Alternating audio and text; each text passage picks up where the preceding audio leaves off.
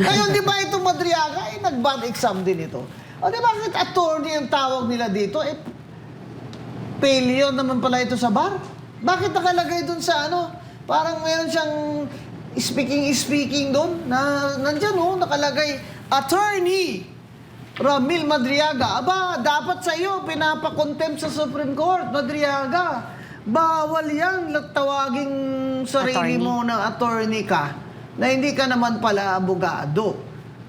Kaya alam mo kasi, kung abogado sana ito, mga kababayan, mas mahirap magsinungaling ito Matatakot ito madisbar Kaya lang hindi nga pumasa sa bar. Kaya kayo, huwag nyo naman sabihin na dahil lang sinabi ni BP Sara na ganito yung grade niya sa bar, sasagutin nyo na hindi naman yan ang batayan ng magaling na abogado. Chos! Pasan nyo muna ang bar bago kayo makipag-ano dyan. Para naman kayong, oo nga, nag-top nga kayo sa bar. Pero anong ginawa nyo? Look, private practice kayo Hindi naman sa kasi nag-private practice din naman ako sa Akron. Doon ako nagsimula for training Pero wala kayong serbisyo sa tao. Tapos kayo ba ang batayan ng successful na abogado? Palagay ko hindi.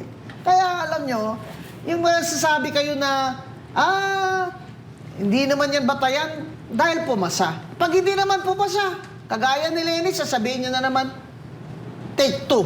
Talagang wala na kami mga abogadong paglalagyan sa inyo. Kahit kayong mga hindi abogado, tumigil nga kayo dyan Pasan nyo muna ang bar bago kayo tumawag sa akin. Ayan.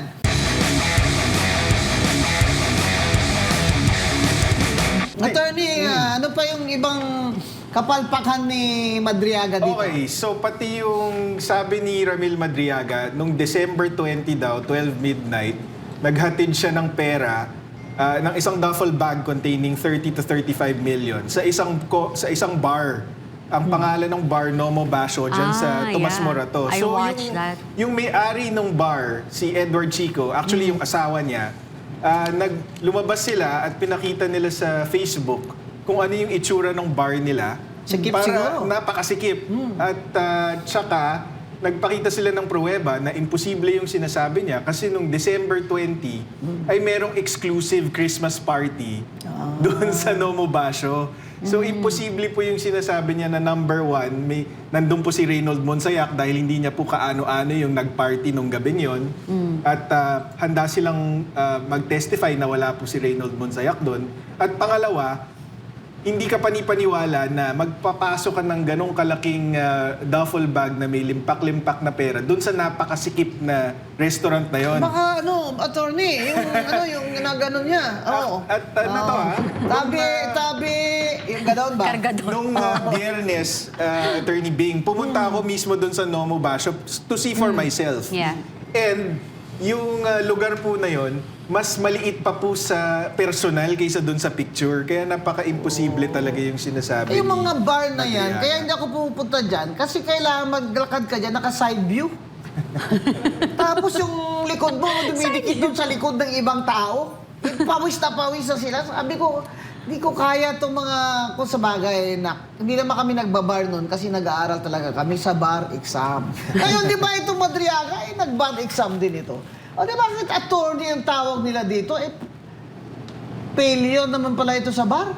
Bakit nakalagay dun sa parang meron siyang speaking doon na nandyan nakalagay, Attorney Ramil Madriaga. Aba, dapat sa iyo pinapakontempt sa Supreme Court, Madriaga. Bawal yan, tawaging sarili mo na attorney ka, na hindi ka naman pala abogado. Kaya alam mo kasi, kung abogado sana ito, mga kababayan, mas mahirap magsinungaling ito Matatakot ito madisbar Kaya lang hindi nga pumasa sa bar. Kaya kayo, huwag nyo naman sabihin na dahil lang sinabi ni BP Sara na ganito yung grade niya sa bar, sasagutin nyo na hindi naman yan ang batayan ng magaling na abogado. Chos! Pasan nyo muna ang bar bago kayo makipag-ano dyan. Para naman kayong, oo nga, nag-top nga kayo sa bar. Pero anong ginawa nyo? Look, private practice kayo Hindi naman sa ano, no? Kasi nag-private practice din naman ako sa Akran. Doon ako nagsimula for training, eh.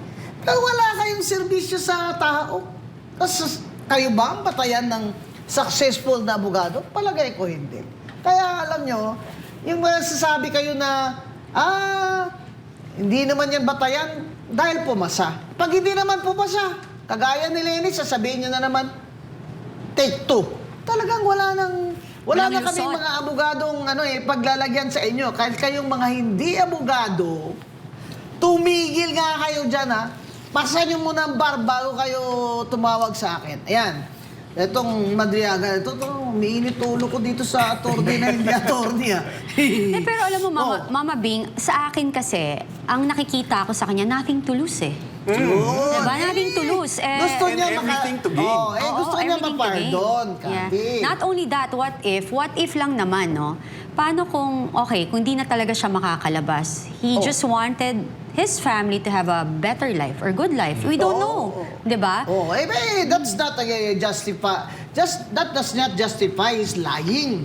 Di ba? Ito namang si Congresswoman Luis na parang, are you crying? Are you crying? Bakit? Sabi nga ng kaibigan ko si Dr. Mata, hindi naman tumatagos yung luha dyan sa salamin. Ba't salamin yung pinupunasan niya? Are you crying? Please make it a record that Madriaga is crying. Ano ito, court?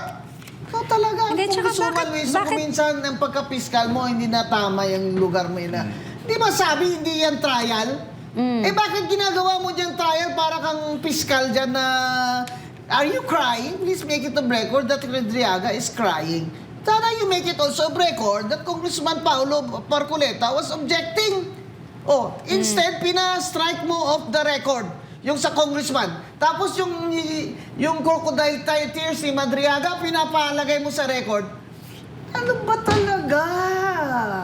Ikaw talaga, Congressman Luistro, ha? Siguro nakabalik na dyan si Martin, yung boss mo. Kaya ganyan ka pasikat ka dyan. Mama, wag mo na akong ma'am. Sa sunod, mag-attend na ako dyan ng hearing nyo, ha?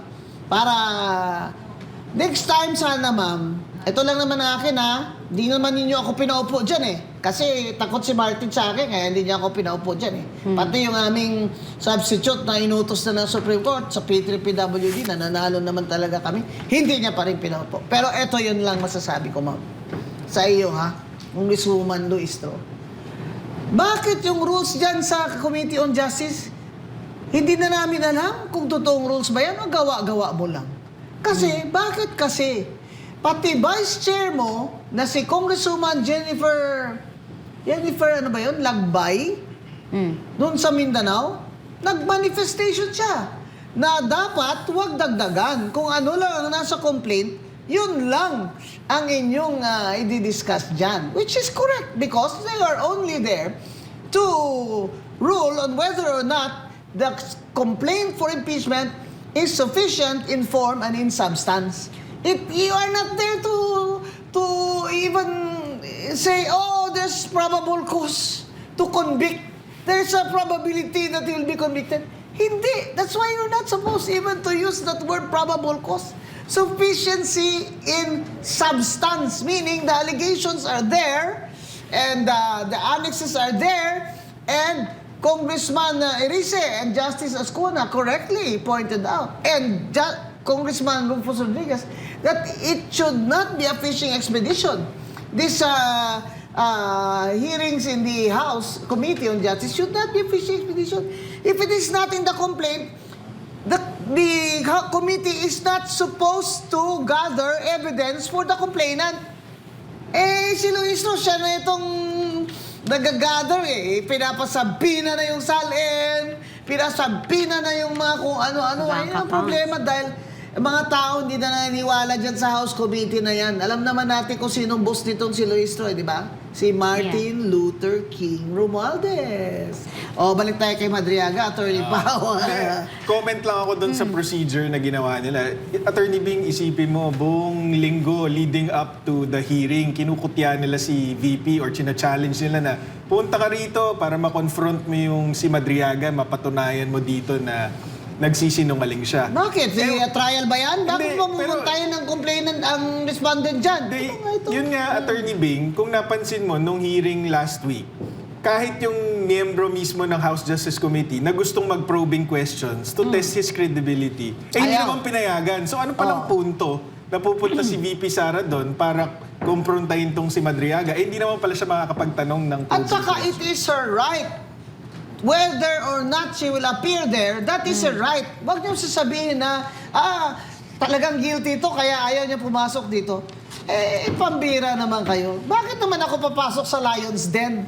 Ano ako, tanga? Pero tingnan niyo naman ang ginagawa niyo dyan, kayong mga majority dyan. Wala na kayong kortesiya sa mga kasama niyo. Abay, kung ako dyan, dami ko nang kaaway sa inyo. Doon na tayo sa flagpole talaga mag-aaway. Bakit? Courtesy yan eh. Kahit sa Court of Law, Congresswoman Luistro, kung ano man objection dyan, na hindi naman talaga to be strict, hindi objection na sobra na or talagang overruled, the judge will say, let it remain the records. It is set to the credibility of the witness. Pero ikaw, pinastrike mo off the record ang manifestation of cess at objection ng kapwa mo, congressman. Yan talaga. Sumusobra na kayo dyan. Kaya dapat yung House rules ng committee na yan, ilabas nyo at kailangan si Luistro ay mag-stick din sa rules. Iakyat nyo na yung impeachment na yan. Kung masyado kayong atat na ipa-impeach yung BP Sara, iakyat nyo na sa Senado. Please lang. Tama na ang propaganda nyo dyan at fishing expedition. Character. Pinapak nyo eh. Assassination. Paolo, pinapak nila yung complaint nyo. Anong kulang dyan? Ipasok. Anong kulang dyan? Ipasok. Tingnan mo na ang ginagawa ni Congressman, my former student Terry Ridon.